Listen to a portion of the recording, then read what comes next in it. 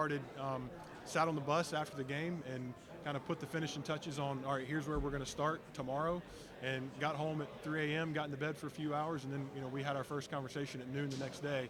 And, again, I think the opportunity to bless our players was a fun one. It really was, and I was struck by the fact that we didn't have many, if any, guys who were really just trying to leverage us to leave. They wanted to be here. We got a bunch of guys who are bought into the process. They're bought into the place. They're bought into the people, and they want to be here. And they have a great understanding of, the dollars are not unlimited. It's not a $275 million budget that we have. We're limited in what we can spend. And so, in order to make it work, we've all got to work together, right? It's not just we can't just focus on one guy. We got to make sure that every player has teammates around him that are going to push him to be better. Because one thing I know about this game is one guy does not win you a championship, right? It takes an entirety of a roster, and not just a starting 11. Like, you got to have a full roster of guys that can go out and compete. And so I think our players had a great understanding of we've all got to work together to make this happen. And I'm appreciative of the opportunity to go through the process with them. And those phone calls and conversations and FaceTimes where, hey, we're done, the deals are signed, those were celebratory, and that was a lot of fun. And again, have a great appreciation for our players, for their continued belief in us and their commitment to us to honor the commitments that they made when they signed. It's been a blessing. Do you ever just take a step back and realize how crazy it is? Like, when you started, do you ever think you'd be discussing like open salary negotiations with players like 12 years later, or however long you've been in? Yeah, just how much things have changed from when you started to now. I've had that thought a number of times, and we've said that internally. I've said it to some peers and counterparts, like, do y'all ever just think to yourself, like, this is wild? And yeah, it is, but it's like a lot of things in life, right? Like, the one constant in life is change. Yeah. And so we're living through that now.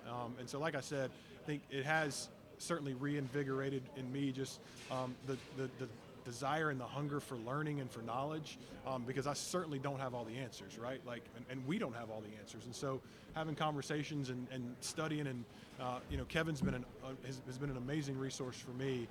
Just his experience in evaluation, in information gathering and those kind of things, and I'm still learning every day. And we just had a conversation 20 minutes ago about how we're going to approach some things moving forward. And so he's been great, but like he brought Bill Polian in, and we spent some time with Bill Polian, and hearing Bill Polian's perspective, it's a Hall of Famer at the NFL level, and you're hearing his perspective on what's most important and where are the places where you can make some concessions, and where are the places that you can't compromise this and that. Like, those have been great. So I'm thankful for a number of the NFL GMs that I've spoken to over the years who have been super gracious with their time, and it's been interesting because those conversations, I go in with a list of questions, and they have ones just as long. They're like, how do you guys do this? And man, this is crazy. And I can't imagine dealing with that the way that y'all have to deal with it relative to how we do. So it's been a lot of fun.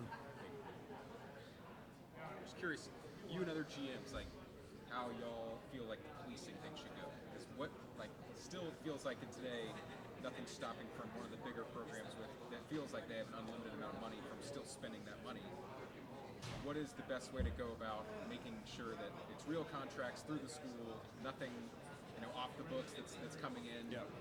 How do you guys police that? Yeah, I mean, thankfully, I don't have to answer that question. That's not a problem that I have to solve. I want to see it solved, certainly. But there's a lot of folks that are working on that. And again, like, the legal ramifications are big, and that's where I think it gets really messy and it gets complicated, because it's not an employment model, and so this is a kind of a first of its kind in terms of not just college athletics, but the world and the country. Like, we're trying to figure out, how do you create structure within a model that's not an employment model, and those are big, messy problems. How do you limit value? Yeah, and I don't know the answer to those questions. I certainly would love to see some regulation there, just because I think it cleans it up and simplifies it for everybody. But I'm hopeful that comes. But how I would do it, I've got my own personal Is thought. there any belief from you and other GMs that this Deloitte stuff or a firm like that can work, or is it? I don't know if that's going to work. Is that the feeling that you guys have? Yeah, I think there's probably all of those feelings. You've got both ends of the spectrum and everything in between, depending on who you talk to. Again, I'm hopeful that we're going to find a way to make it work at some point, but I think it's going to take some time as we work our way through this initial. Like with anything, when you start something, you don't know what you don't know until you get into it, and so we're learning that every single day. We're learning it. The folks at Deloitte and the CSC, they're learning it. Our ADs are learning it. And we're all going to work through it together and hopefully land at a spot that's manageable for all of us.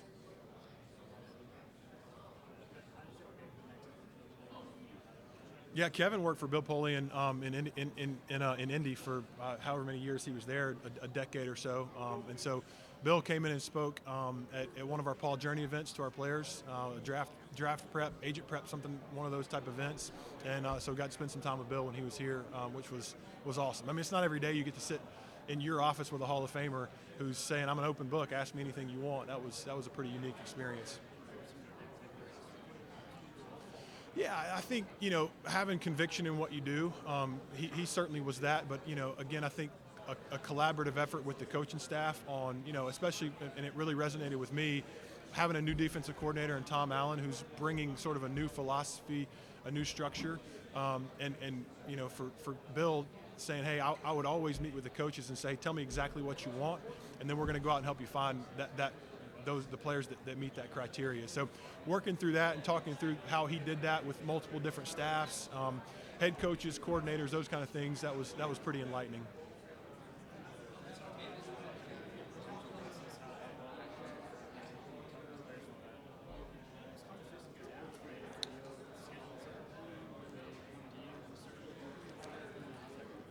Yeah, because we had a limited amount of time to do it, we're sort of up against a portal window there where you're trying to get ahead of that. So we reached out and started scheduling meetings. We sort of knew where we wanted to start in terms of, who the guys were that we needed to kind of figure out first. And then, we just started knocking them out. So again, it wasn't me. I mean, Zach Former was involved. Kendall Mercer was involved, or Kendall Thompson now. She was certainly involved in all that. Amanda Richardson in compliance. Graham and I talked multiple times a day, just in terms of, how's it going? What do you need? What can we do? Coach Sweeney and I were in lockstep on it. So it was a team effort. It certainly wasn't just, me trying to do it. I think it was as efficient as it could be, certainly in the first go round. But again, positive for the most part, conversations. And I think our guys have a good understanding of who we are, what we value. And, we've tried to recruit guys that align with our values too, and so that makes it easier.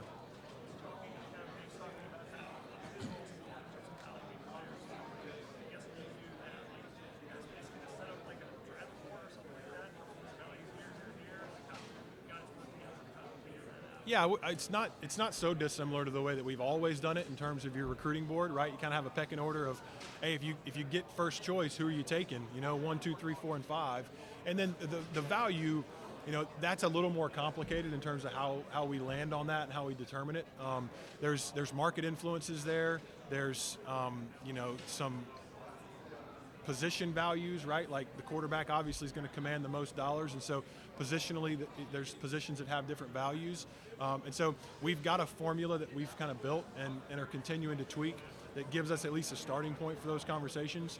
But yeah, again, like it's a team effort, like I said, of a lot of folks that have a lot of input in terms of, to the value. So, the need on the roster, what you have in the room, all those things make a difference in terms of where you ultimately land on those values.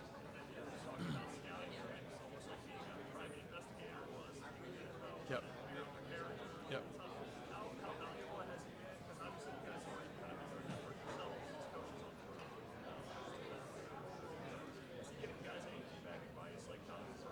Oh, yeah, without a doubt. I just told somebody earlier, we've, as recently as 30 minutes ago, we're having those conversations, about how we need to tweak some things moving forward, and what needs to happen, what is becoming increasingly important here in this new era, relative to some of the investigation of just character and who they are, because these are not small investments that the university is making, right? And so I don't take lightly the fact that our donor base, our university, our administration, we're making significant investments in these young people.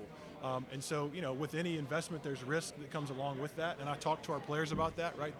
There's inherent risk with every investment. And so their job is to go make us right on the investment. So we make the investment because we believe that it's going to pay off. And their job is to go make us right on that. But they got to be made of the right stuff in order to make us right. And so it's important to us that, we do evaluate the character, we evaluate the fit, we evaluate, the families that they're coming from and the structure that they have around them, like we always have. But, it comes with probably a little bit more of a weight to it now than it ever has before, just simply because of the financial investment we're making too.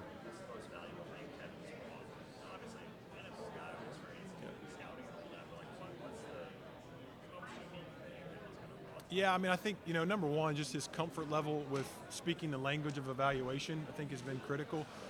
He's helped us, revamp our scouting process, and that's, I think, going to be an ongoing process. But I think the thing I've appreciated most about him is his willingness just to say what he believes and speak his mind. He doesn't sugarcoat. He just says, when you ask him a question, what do you think about this guy? He's going to tell you exactly what he thinks, right? And I think that's an invaluable resource for us as a staff to just be able to have a guy who you can really lean on, that has had 25 years plus of experience doing exactly what he's doing today for us. So I think, to me, that's been the greatest value that he's brought, is just his willingness to say, this is what I think, this is what I believe, and he's convicted in it. And I think that's given everybody across the building the confidence to probably speak up a little bit more too, which has been great.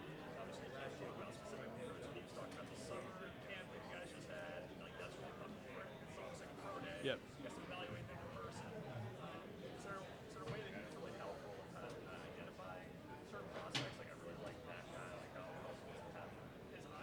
Yeah, I think it's great. The thing with camp is, your coaches are so engaged and they're working and coaching and moving around. And so to have another set of eyes that's strictly an evaluation set is a good one. And it's not lost on me.